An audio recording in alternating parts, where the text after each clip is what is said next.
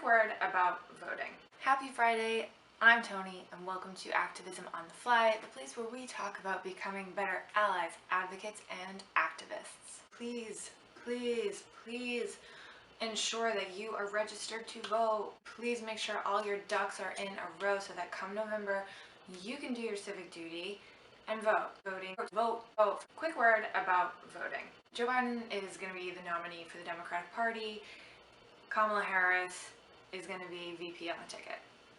A lot of people are excited to see a woman of color in this position. A lot of people are less excited because of her history as a tough-on-crime prosecutor in California. A lot of people are not excited about Joe Biden, and I totally get it. He was not my first or third choice either. And you know, we had a lot of competent, qualified people to choose from.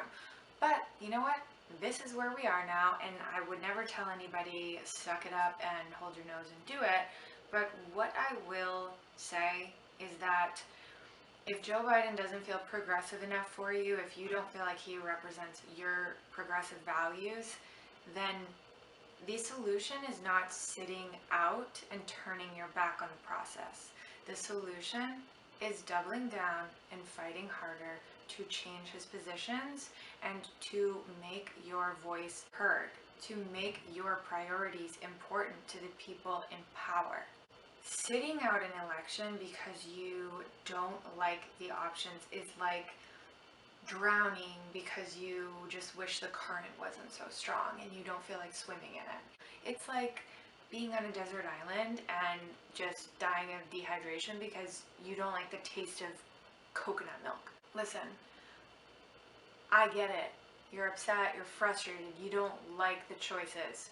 But please keep in mind that when you elect a president, you're not electing just a president. Supreme Court justices serve life terms. You sitting this one out takes away your ability to have impact on the Supreme Court for the next 30 years, maybe. Is that something you're willing to sit out of? Because a lot of important shit goes down at the Supreme Court level. Transgender people are having their rights stripped away, one at a time. First, being banned from serving in the military. This was never an issue before. This wasn't an issue that our service members were lobbying for. This comes purely out of hate and bigotry and riling up a bigoted group of people who are going to support the other guy, taking away health care protections for transgender people. And there's very likely going to be something else that will come between now and November to rile up that base, and it will come at the expense of trans people. Think about your trans brothers and sisters. You might not like the person, but please think about beyond them, because it's not about just them. Think about policy. Wouldn't you like to have a leader at the helm of the Environmental Protection Agency who believes in protecting the environment?